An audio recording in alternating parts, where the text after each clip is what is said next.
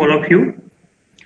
I, Dr. Nirav Y. Pandya, warmly welcome to all of you on behalf of Applied Science and Humanities Department of Parul University, Vadodara. I also warmly welcome to our today's speaker, Dr. Manish Kumar sir. First of all, I would like to briefly introduce our today's speaker. Dr. Manish Kumar sir has completed his PhD in physics from Institute of Science, Banaras Hindu University, Varanasi. Sir has 8 years teaching experience and he has published 47 research publications in the reputed peer-reviewed national or international journals with a total of 220 citations. He has also worked as a co-principal investigator in the two major research projects sponsored by Delhi University, having sanction grant of rupees 5.5 lakh and rupees 28 lakhs respectively. Sir has been also awarded MHRD Fellowship for MTech in Ceramic Engineering from IIT BHU Varanasi, and he has also cleared the CSIR UGC NET, GATE and JEST examination during his academic career. Presently, Sir is working as an assistant professor at ARST College, University of Delhi, India. So once again, sir, I warmly welcome you and request you to start today's webinar. Sir, thank you, Nirav sir. The voice is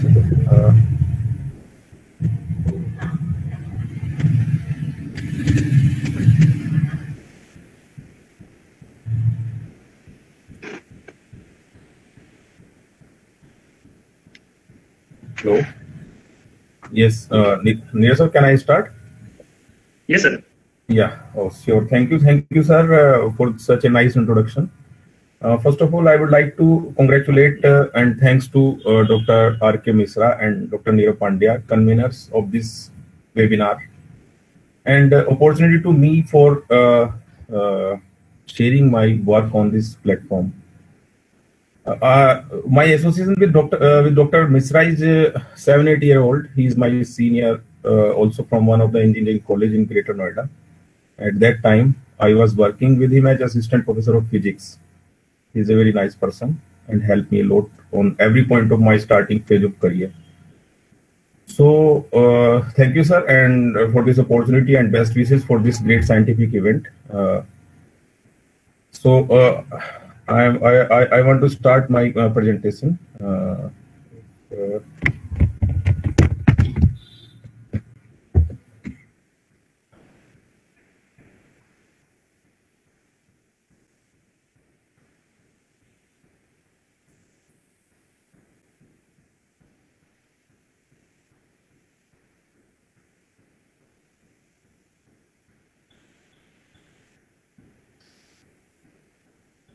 My screen is visible, Nirav sir?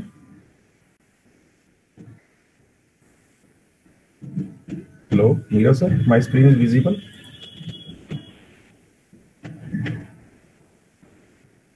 Hello?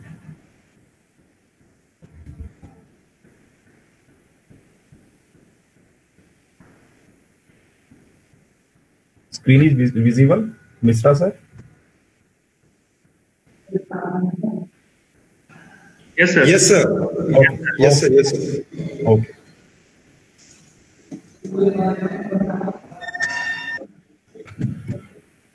Okay, so if the topic of the present talk is basically multiferric magnetoelectric nanostructures and applications. As I discussed with Dr. Misra sir, he wants to some nano type of things in the presentation. That's why I have taken some nano, what I have prepared, what are the present situation and multiferric magnetoelectric nanostructures, and covered some applications which I have also covered in some of the reviews I have published in 2020. So the outline of my talk is basically based on the some basics of nanoscience and nanotechnology, basics of multiferroics and magnetic coupling. Some of the results of my experimental research laboratory I will show you. I can't promise you that I will explain you everything from my results, but I will try my best to show you my results. Latest literature reports available on this work. new opportunities I will try to cover, and future challenges on this work. So if I'm talking about the topic of my talk, it is focused on multiferroic magnetoelectric nanostructures and applications. There are three words: multiferroic, magnetoelectric, nanostructures. I will discuss one by one all, and applications, especially on the recent trends in multiferroic and magnetoelectric materials and their use in the various device applications. I will try to introduce you about the basics of nanoscience and nanotechnology, and will continue with some of my work, like what I have done in my own lab, and highlight some of the latest available outputs on this field, which I have also covered in the two latest reviews, and some other important reviews published in 2019 and 2020. So if we are talking about nano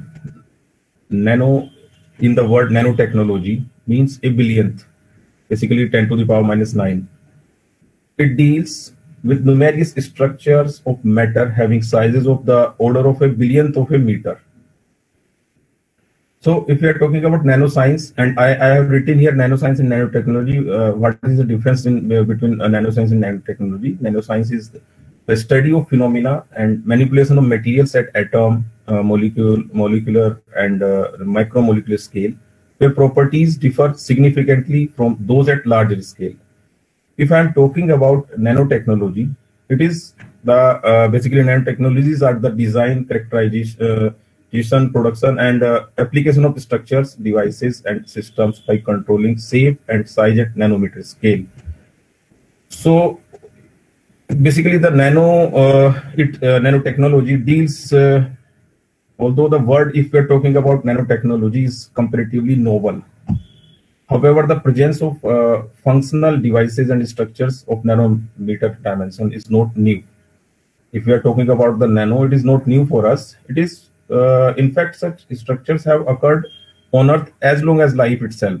It may be written in many books, and I will give you some example. Like, for example, if we are talking about the cells, the cracks introduced on the outside are unable to move through the cell because of the nanostructured bricks. The cell signify a naturally demonstration that a structure fabricated from nanoparticles can be greatly stronger. However, it is not clear when human first initiated to take advantage of nano-sized materials. It is not clear. We can't exactly say. So, before starting the scientific things, the major thing is money. So first of all, I have covered something about what the overall world think about nano. This is the nanotech supremacy in the countries. It is a little bit older, but in 1998, the President Bill Clinton signed the NNI, National Nanotechnological Initiatives, and the Congress of the US government approves $2.3 billion in additional funding for this scheme. Also, the Europe and Asia are moving fast for this, because the South Korea just announced a $2 billion government initiative for this nanotechnology. Why people are moving behind this nanotechnology? Because winner controls manufacturing for the next century. So in this ratio, what the US market says till date, if we are seeing here in 2000, the US market for nanomaterials, which totaled only $125 billion in 2000, and is expected to surpass this in 2007 in $1,000 and reach $35,000 by 2020. So the early people wants to early growth in this scheme. Basically, in this technology, the early growth will come from numerous nice applications, because without any benefit, no one can spend their money for any technology, and money is required to start any research and convert it into the technology. So the early growth will come from numerous nice applications that span the entire US manufacturing sector, like high density data storage media for the electronics industry, improved diagnostic aids for the medical community. Another media for the electronics industry, improved diagnostic aids transparent sunscreens, stain-resistant paints, and wear-resistant flooring for consumers. So there are so many outcomes we can see from this technology. So in the long run, however, the best opportunities are expected in healthcare and electronics, which together are expected to comprise nearly 2/3 of market by 2020. So the importance is very clear here. The US government is spending so high amount of money for this nanotechnology.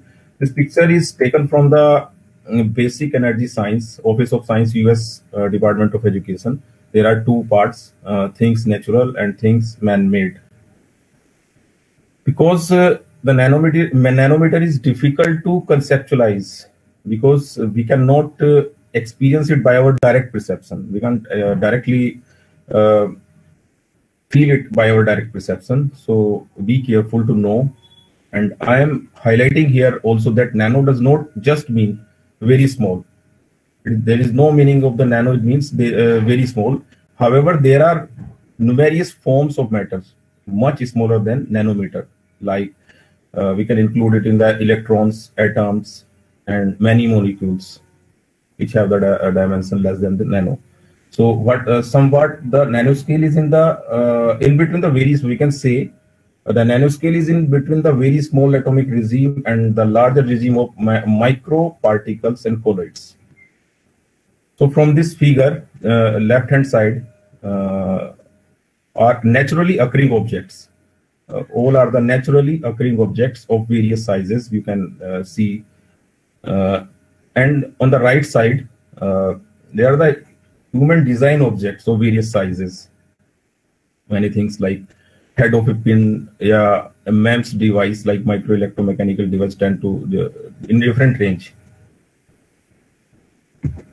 So if we are talking about nanomaterials, actually I am discussing here basics of nanomaterials because I'm trying to move for my work which I have prepared in our lab, nanocomposites.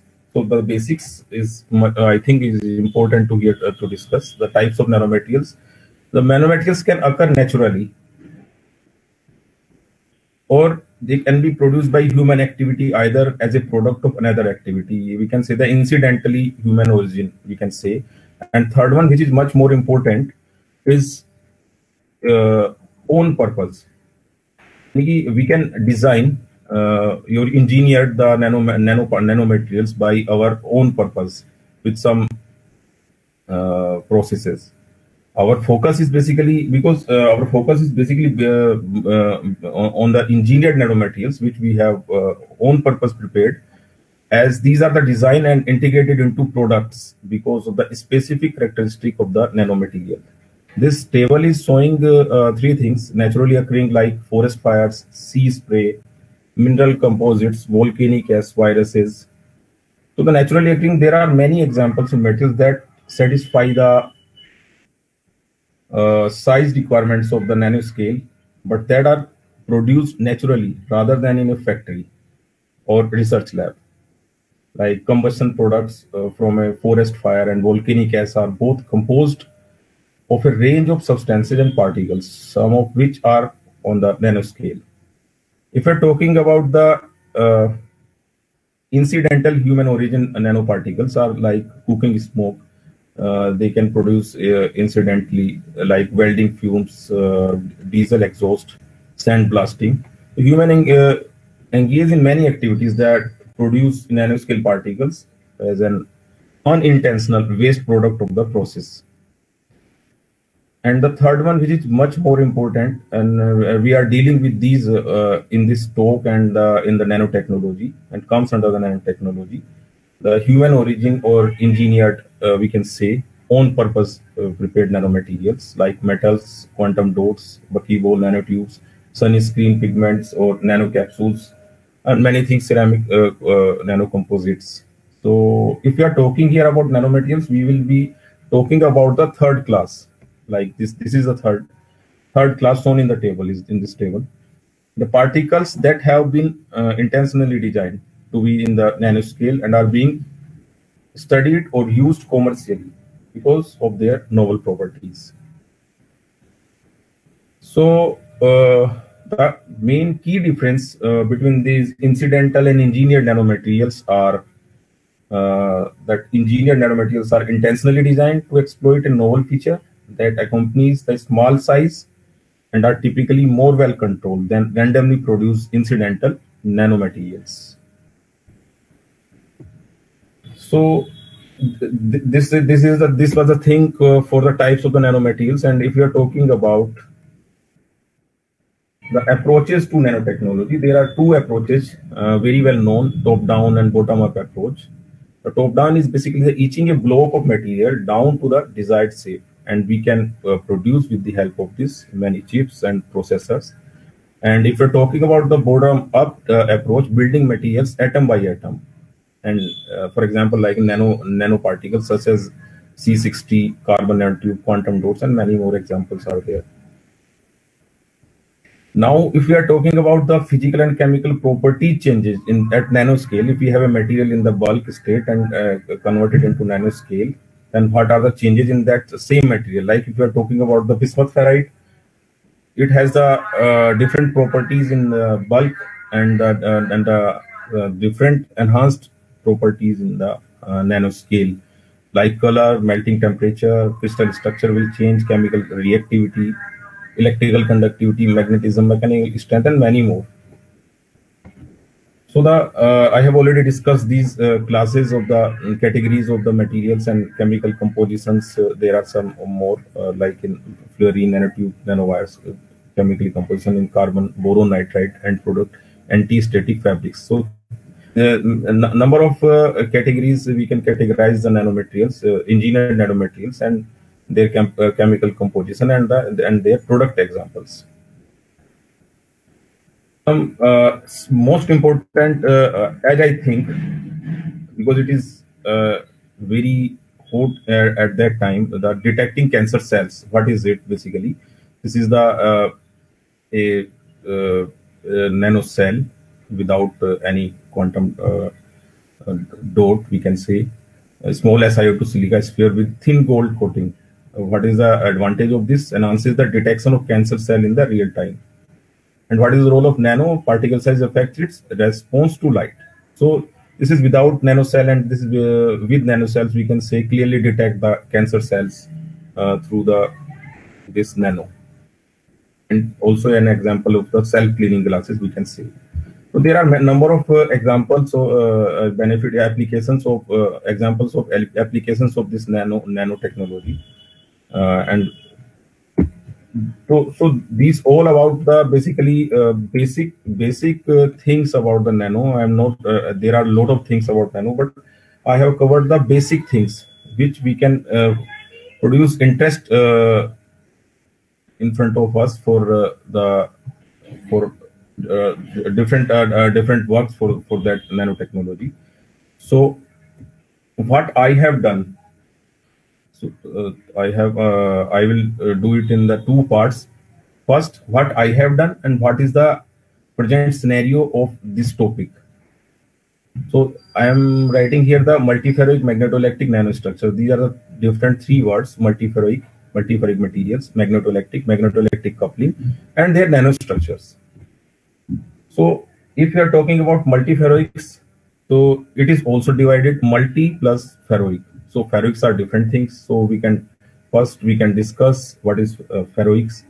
If we're talking about ferroics, there are ferroelectric, magnetic, ferroelastic. If we're talking about ferroelectricity, so ferroelectricity is a property observed in certain materials characterized by the presence of a spontaneous electric polarization without the presence of an electric field. It is much like how ferromagnetism characterized by a spontaneous permanent magnetic field. When we put our material in the presence of electric field, it will, if it is ferroelectric material, it will polarize, or if a magnetic material and put it in the magnetic field, it will magnetize. And if you're talking about ferroelasticity, it is nothing. It is a phenomena in which a material may exhibit a spontaneous strain. In ferroics, ferroelasticity is the mechanical equivalent of ferroelectricity and ferromagnetism, we can say. But our motive is not the independent study of the ferroics, but our motive is basically the multiferroic. Multiferroic is nothing, but we can say that if any material has two or more ferroic orders simultaneously, then such type of material is called the multiferroic material. We can see this figure. There are two ellipses, and one is this is the intersection of these two ellipses. This yellow ellipse is basically represents the electrically polarizable for the electrically polarizable material for ferroelectric materials, and this one is for the magnetically polarizable materials, and the intersection of both is called the devoted for the multiferroic materials. We all know the property of ferroelectricity comes from the charge, and the magnetics come from the spin. So now, if we are focused basically on the multiferroics and magnetoelectric coupling in the materials, if you're I have already defined the multiferroic, and in the same connection, we can define the term ME coupling. I'm talking many times the magnetoelectric coupling. It is nothing but the control on magnetization by applied electric field. Please give your attention on this, the difference between magnetoelectric coupling and multiferroics. Multiferroics are the materials which have the simultaneous existence of two ferroic orders. And if we are talking about the ME coupling, it is nothing but the control on magnetization by applied electric field, or vice versa. That is, we can say control on polarization by applied magnetic field, not on electric field. So such type of coupling is known as the magnetoelectric coupling in the materials. So both the terms are much more important in the materials for the various device applications, and I will discuss in the next slides. If you're talking about, this is a picture taken from the some review, Nature review in 2019, and I feel it is much more interesting. The author shows the family tree, or for this multiferroic family tree, there are four things: D0 lone pair, conventional ferroelectricity shows the conventional ferroelectricity, and for conventional magnetism it is F electron and D electron. One thing I want to mention here before discussion of this family tree, that the multiferroics are very rare in nature because of the different chemistry between ferroelectricity and magnetism. If we are talking about ferroelectricity, ferroelectric oxides needs fully filled or zero filled outermost orbit. And if we are talking about the magnetic materials, they have the partially filled d orbital. So this fully filled versus partially filled problem exists in the multiferroic materials. So they are there are very few multiferroics exist in the nature, if we are talking. So here we outline under different combinations of these root mechanisms and how they are responsible for different types of multiferroic materials. So this visualization, this family tree, this whole visualization shows the combination of magnetic and ferroelectric mechanisms that occur in existing multiferroics, and also suggest less explored options that may prove fruitful in the future.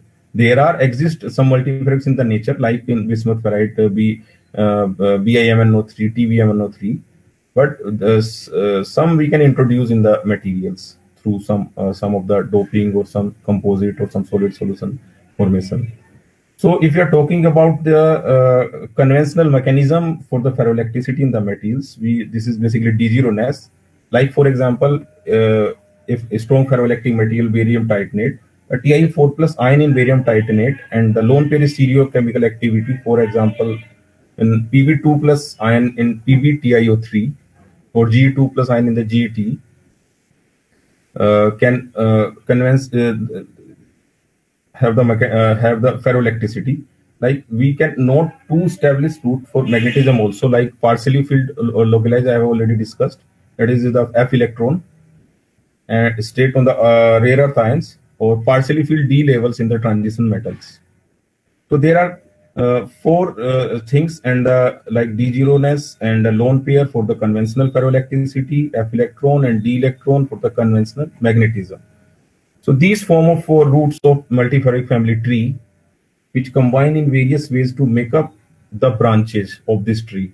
The various branches like D0 ferroelectricity, F electron magnetism, for example, BaTiO3 or string EuTiO3, composites like LuFeO3, Lu2, FeO4, barium titanate with some magnetic cobalt, bismuth ferrite independently have it is a multiferric material, exists in the nature, like it has the property of ferroelectricity as well as weak magnetism like antiferromagnetism.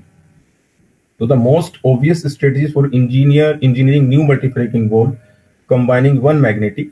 If we are talking about the strategy to prepare such type of materials, we can combine one magnetic and one ferroelectric through cross coupling from these roots to make new branches in the tree. We can, these are the existed, and we can introduce, like if we add one electric, ferroelectric and other magnetic and combine both, we can introduce the new branch in this tree.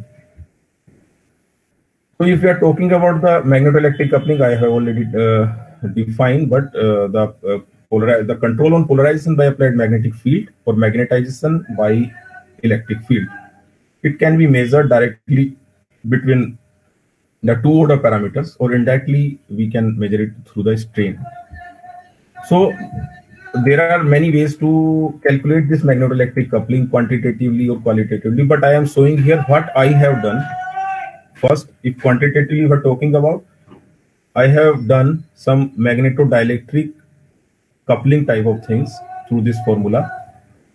What I have done in the lab, all of you know about the LCR meter, which is we can measure the dielectric constant through this instrument.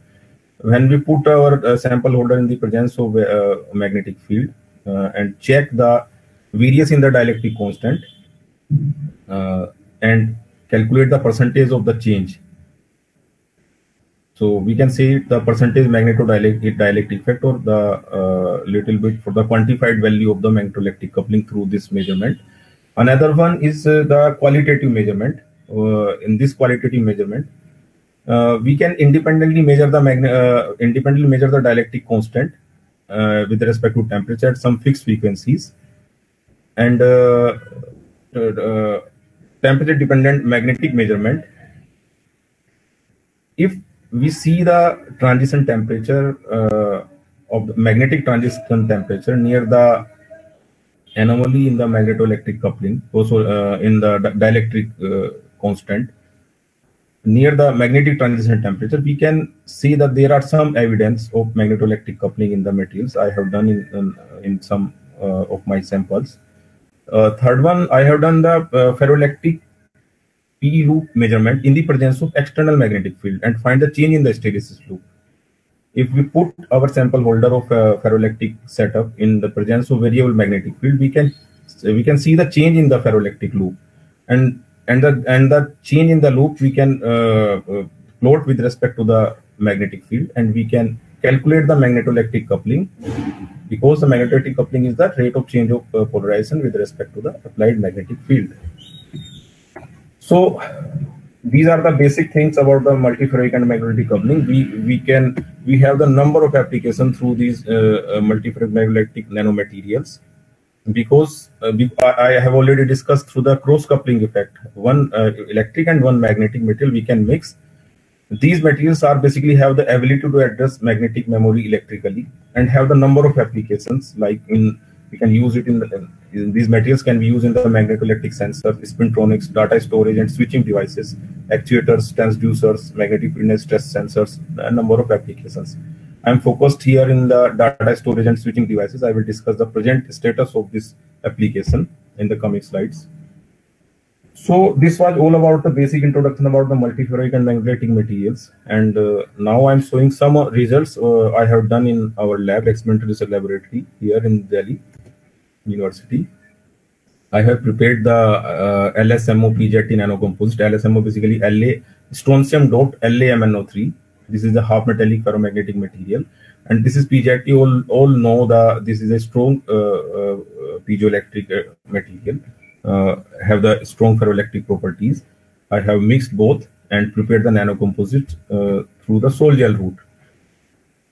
If I am discussing about something about this LaSrMnO3, or we can call it in short as LSMO, it is a half metallic materials and exhibits strong ferromagnetism, metallic conductivity, tuned transition temperature, metal insulator transition above room temperature, and it exhibits low resistivity, good thermal stability, and high degree of spin polarization. If we are talking about the magnetism in this material, comes from the through the double exchange interaction between pairs of Mn3 plus and Mn4 plus ions through an oxygen atom, and we add this material with major is this LSMO, and the minor one is basically the PZT in this ratio, which is an important perovskite material and exhibit maximum dielectric, piezoelectric, and electromechanical constant along with a high ferroelectric Tc. The motivation behind this composite is basically to prepare a composite multiferroic having a strong magnetodielectric effect, clear understanding of finite size effects for the development of high density magnetic storage media, and the study of structural multiferroic low temperature magnetic and transport properties with magnetodielectric coupling in this material. So this is the simple sol gel route which we can prepare, and most of you knows because we have taken some nitrates, lanthanum nitrate, strontium nitrate, and mix in the dissolved in water in proper stoichiometry, constantly stirring with citric acid and ethylene glycol. The routine method is we have used and prepared the LSMO nanoparticles through the sol gel method and PZT nanoparticles separately, and mix mechanically through in a particular ratio whatever we have required for our purpose. So when we have prepared the material, we need to check its phase. So all of you know about the XRD, and it is basically the fingerprint of the material, we can say. So this is the XRD. These are the XRD patterns. We have prepared pure LSMO in the material 1%, 2%, and 5%. Low amount nanocomposites we have prepared, and these are the literally defined patterns of these XRD patterns. And we can see that in the 1 and 2% there is no evidence of the composite formation. There is no peak for the PZT, and in case of 5% there is a small peak, we can say. For the confirmation, we have prepared 20% PZT into LSMO. It may be formed or not, and we can see the composite is formed. Through this ritual refinement, we can say the space group for this LSMO PZT nanocomposite it is basically R3C and plus P4mm, and the standard bragg positions of the perovskite LSMO in the lower vertical bars and bragg position of PZT upper vertical bars. If we are talking about further confirmation for the composite formation, we have done some EDX analysis through SAM EDX and confirmed both the materials are present in these composites, and calculated the particle size through the transmission electron microscopy measurement, and it comes nearly 28 nanometer. And also further confirmation of the composite comes from the high resolution TEM is come 0.277 nanometer 110 plane, which is that plane is basically of LaSrMnO3, and 001 plane is of PZT, and confirm the composite formation. Now if phase is pure and the composites are formed, then we go for the magnetic measurement, because our purpose is basically to check the ME coupling, and before ME coupling we need to check its magnetism and ferroelectric nature are present or not in the materials. We have done these magnetic measurement at room temperature and low temperature near 80 Kelvin. Both the measurements are done in the lab through VSM, vibrating sample magnetometer. We can see that if at room temperature, we can see this is the applied magnetic field intensity. This is the magnetization in EMU per gram, we can see that the saturation in the materials, but we know the LSMO is a strong half metallic ferromagnetic material, and PZT is basically the ferroelectric material. Definitely it will break the magnetic circuit when we introduce this strong ferroelectric phase in the ferroelectric phase intermagnetic material. And we can see that when we add this 1%, 2%, 5% PZT into this LSMO, the magnetization decreases continuously, but the saturation we have achieved. For the confirmation, it is super paramagnetic or not. We we need to check its value, corrosivity values. We can check these exactly check the corrosivity values through the dm by dh versus h. We can plot and we can check. We can get the values of corrosivity through this measurement. Similarly, these are the magnetic measurements at 80 Kelvin, and the thing here is different is only the magnetization is increasing because of the at low temperature the magnetic dipoles will freeze when we apply the field. It is obvious phenomena, no need of discussion. So another measurement we have done ZFC, zero field cooled or field cooled, and MT measurements, and we can see that this blocking temperature, basically TS towards higher temperature, is due to basically the interaction between the single domain decreases and the bifurcation of the ZFC curve start to occur at the higher temperature side. This is basically dm by dt versus temperature confirms the magnetic transition temperature, and we can see there is no change in the transition temperature after adding 1, 2 or 5% PZT into LSMO. So because we need the transition temperature, magnetic transition temperature, and we will we can correlate this magnetic transition temperature with the dielectric transition in the next slides. These are some transport properties, resistivity measurements. We can say, we see when we this is a pure LSMO. This is 1% PZT into LSMO, 2% and 5%. We can see that in pure LSMO, and when we add the 1% PZT into LSMO, there is a drastic decrease in that this temperature, the resistivity values. Basically, the LSMO grains determines the transport properties of the system through direct contact between them. And the PZT has been segregated at the grain boundaries and on the surface of the LSMO grains. So the energy barriers and more scatterings are may be produced to electrical transport process and give rise to the higher resistivity observed to the doped composites. We can see here, it is going to increase. Another transport properties, magnetoresistance, we have done through magnetoresistance is basically the change in the resistance in the presence of magnetic field and the absence of magnetic field. We can calculate the percentage magnetoresistance. There is a sign of percentage missing here. These are the two measurements for the at 200 Kelvin for all the composition, and this is for the 5% PZT with LSMO at different temperatures, 100 Kelvin to 300 Kelvin. We can see, if you are talking about the magnetoresistance before discussing this, MR is basically the originating from the spin fluctuations within grains and from spin dependent scattering of polarized electrons at the grain boundaries. And if we can see that there is a large variation in MR magnetoresistance at low temperature side is due to the effect of large spin polarization and pining of domain walls at the grain boundaries in both the cases. At larger fields, we can see at the larger magnetic fields, the magnetoresistance basically for these composites tends towards saturation in both the cases. So that these results reflects the electrical and magnetic properties of the grains and is related to the field-induced magnetic ordering of the spins at the surface layer of the grains.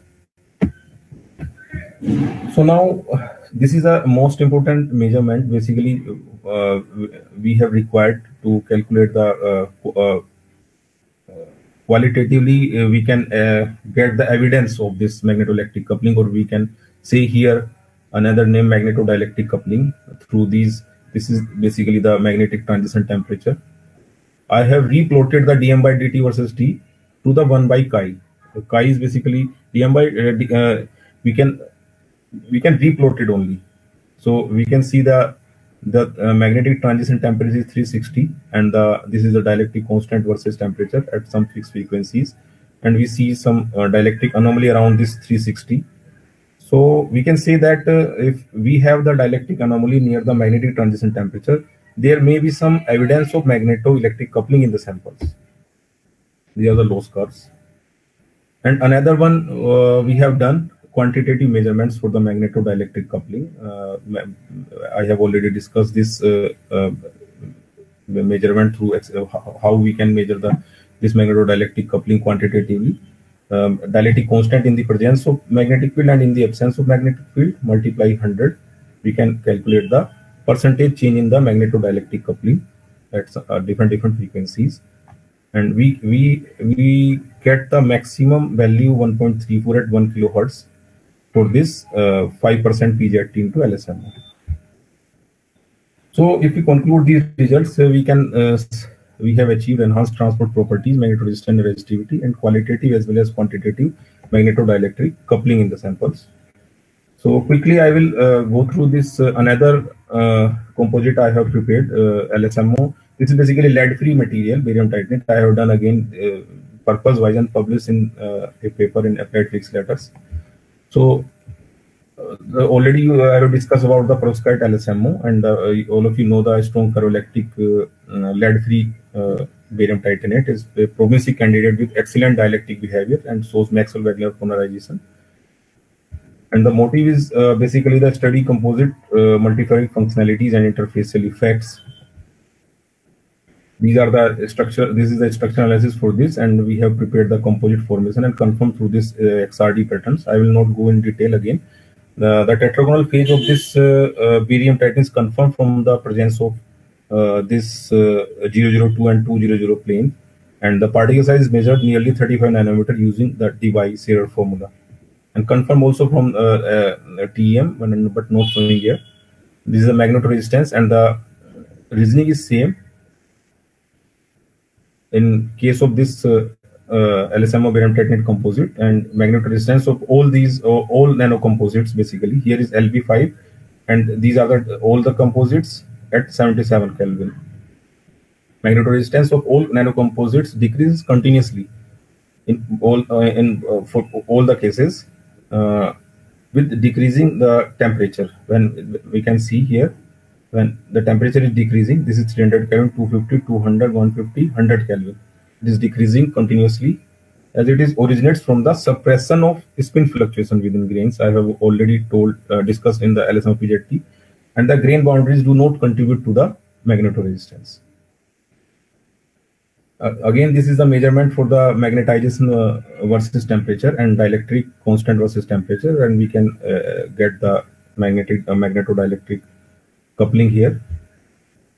And this is again the magnetodielectric coupling quantitative measurement, and achieve the magnetodielectric coupling 1.18 at 1 kilohertz for the 1%.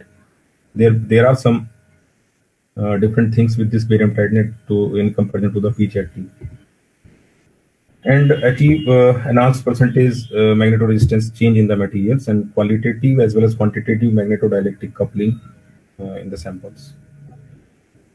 So these all are the basically I have done many things, but I have shown here 2 nanocomposites. One is with lead material and another is with lead-free material. Now, if you are talking about the latest updates, I have done only material formation only, and not go for the device and the device purposes.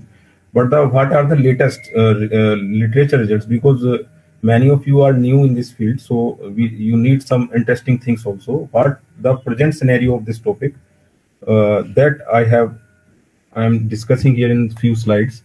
Although I have covered these things in some of the reviews. One is Advances in Magnetic Multiferrics, published in Nature Materials in 2019, and 2 reviews I have published in 2020. One is in Material Letters and another in Journal of Material Science. I have covered these things and will show you here.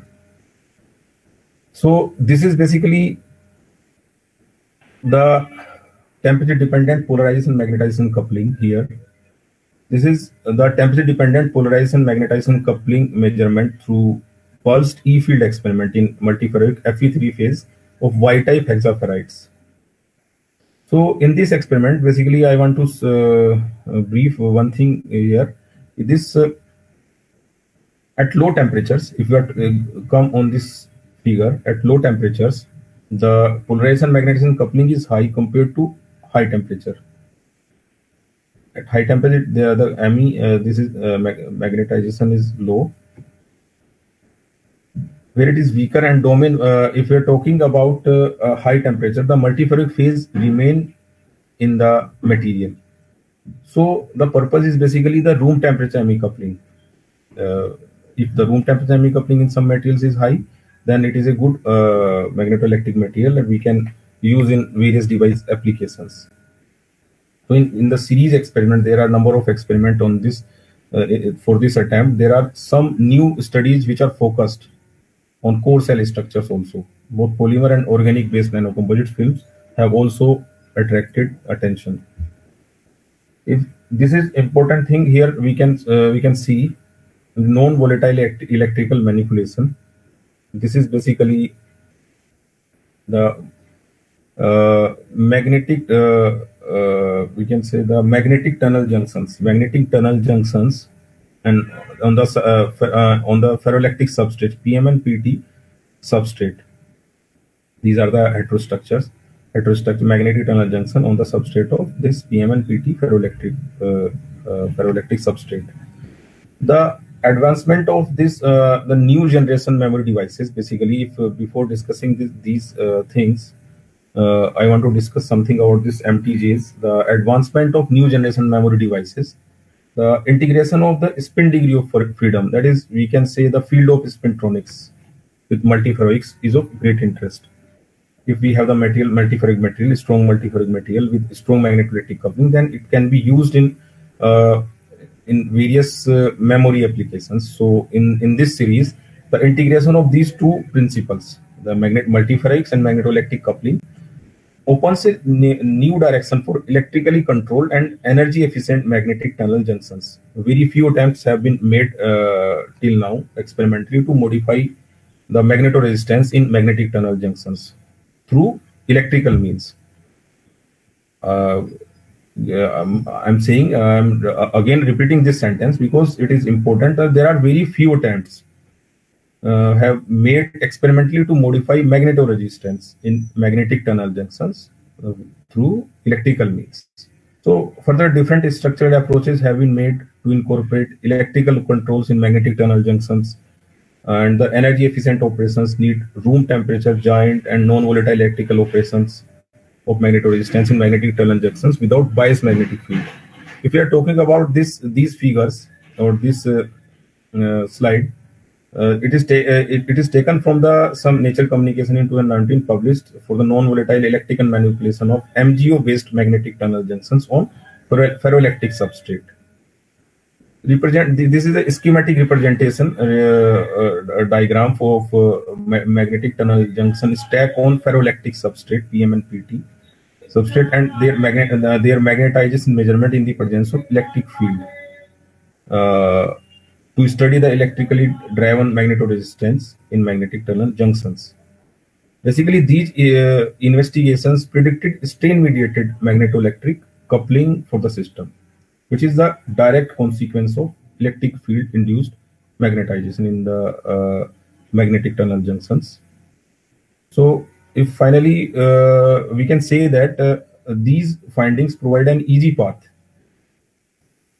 for device applications such as data storage through electrical writing and magnetic reading, VTEL for ultra-low power spintronic devices.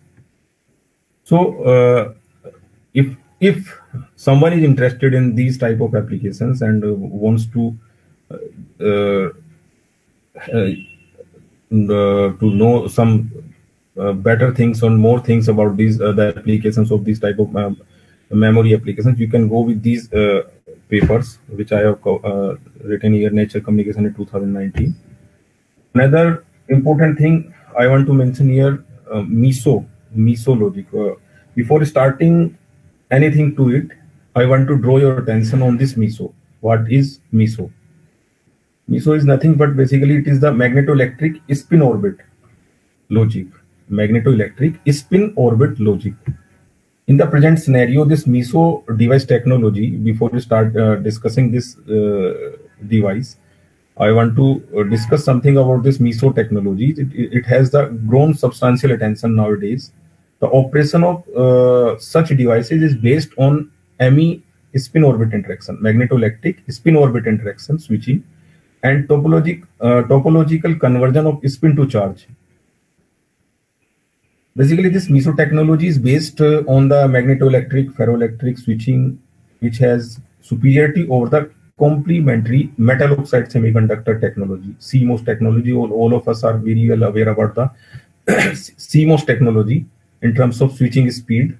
Switching speed is high, logic density, non-volatility, and miniaturized dimension less than approx 10 nanometer.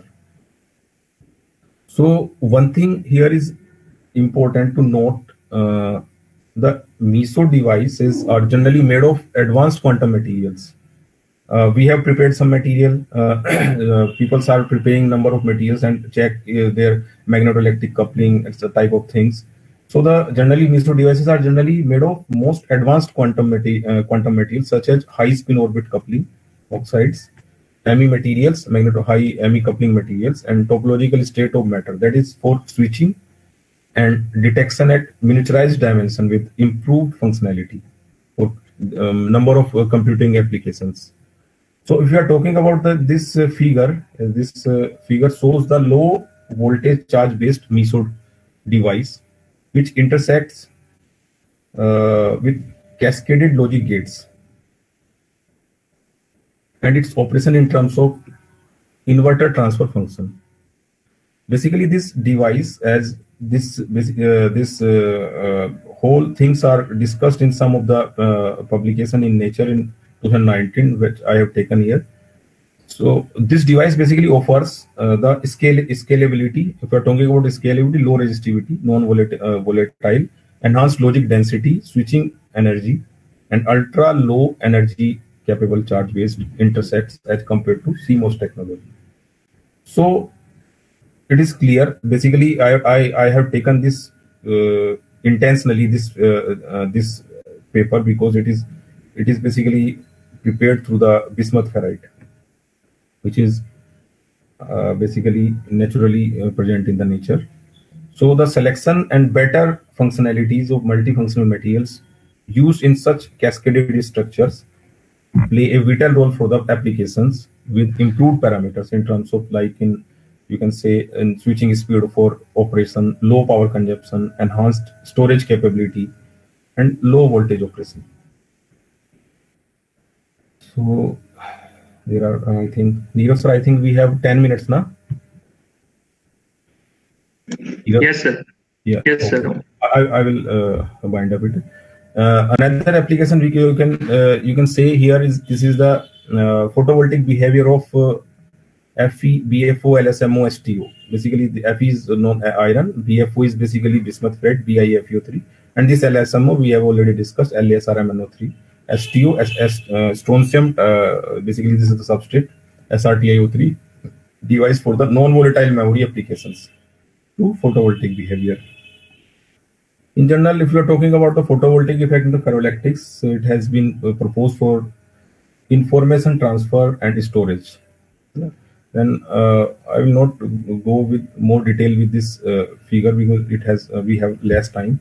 We can directly go on the application of this material and we can discuss. This is a 16 cell memory through prepared this BFO and LSMO. In the continuation of this, this device has been formed through the material I have through this material, and these figures show basically a topography of the 16 cell memory structure prototype based on photovoltaic effect and crossbar architecture of testing or only for the testing purpose. So how we have prepared, not I have prepared, but some I have not forgot to mention the name of the paper. This is taken from some of the Nature review. And the photolithography technique has been used for designing this, designing the bottom layer of this LSMO, and making the top contact of this on the BFO films. The junction, basically, each junction in this prototype displays the memory cell, and the IV characteristic, if you are talking, have been studied for all these 16 cell under the light of intensity of this device, and the estimated value for the open circuit voltage represented in this figures. The VOC is represented in this figure, basically. So these of the observed result and the prototype for this memory performance clearly demonstrate its feasibility in terms of data retention and fatigue, and also favorable as compared to other memory devices. So this is basically, if you're talking, yeah, in spite of this, other multiphorics should be explored. These are only two. We are talking about VFO and LSMO. There are a number of materials we can use. Strong multiphoric materials should be explored along with the resolution of unique path problem to realize these memory devices based on polarization dependent photovoltaic effective ferroelectrics.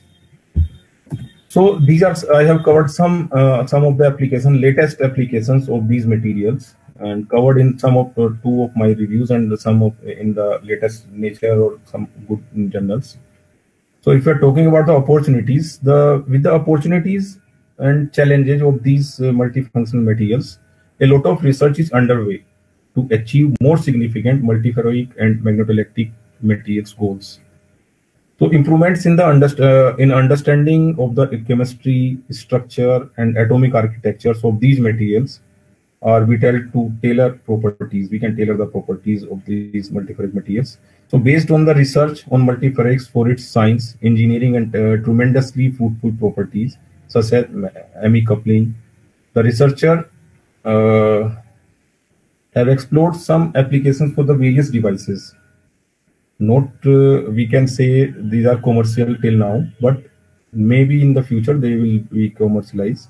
So further optimization for this ME coupling and multiplex responses at room temperature. Room temperature is important, and low voltage have been also investigated for the wide range of applications.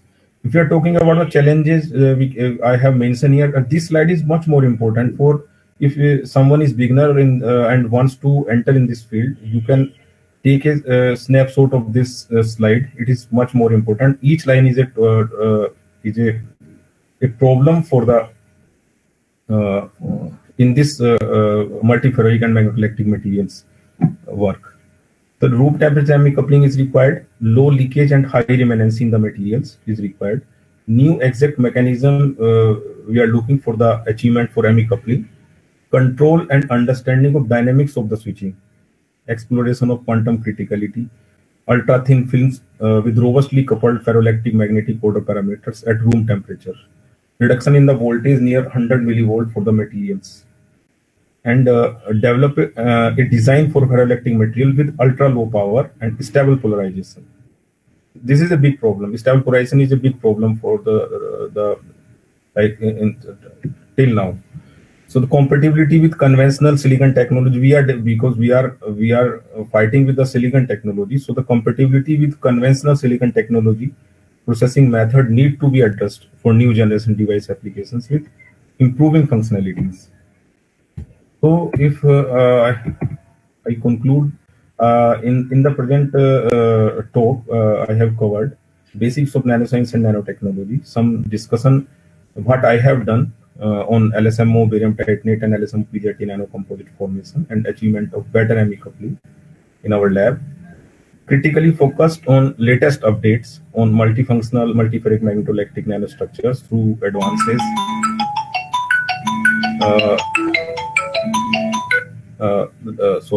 on multifunctional multiferric magnetoelectric nanostructures through advances and opportunities and future challenges. Role of these materials in memory and other device applications. So these are some references I have taken for these slides. If we're talking about the publications, these are 25 published and 6 under review in the 2021 from our lab. And these are some publications from our lab in 2021.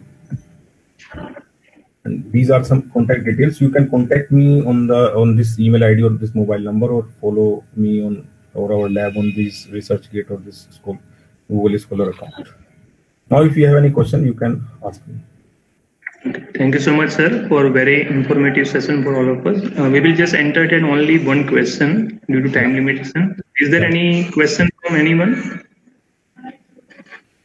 You can ask, or you can email me also if there is a problem with time. Sir, as you just mentioned in your research insight that you are also interested in DFT calculation. So have you done any calculation just like dielectric properties or multiferroic or anything when you have just compared with your experimental research work? Yeah. I have done DFT also, but not in so much. I am on the basics of the DFT. But I have done the dielectric properties and experimentally of the number of materials like in bismuth ferrite with barium titanate solid solutions, or like LSMO PZT nanocomposites, and number of dopings with bismuth ferrite. I have done dielectric measurements. Okay. Thank you, sir. So now, due to time limitation, we are going to end it here. Once again, sir, I thank you so much. I am expressing my sincere gratitude to you, first of all, accepting our invitation, and you are sharing the very informative session for all of us from the beginning. And I damn sure that it will be very helpful to all our PhD students also. Yeah. So anyone can contact directly on my email or on my college through my college profile or ResearchGate and anywhere. And if you have any question, also can mail me, and I will be happy. And I am really happy to deliver this talk in your university on this problem. Yes. Definitely, sir. I also thankful to all the participants which are available here and those who are available on the live platform of the PU Facebook. Okay. Thank you so much to all of you. Thank you, sir. Thank you.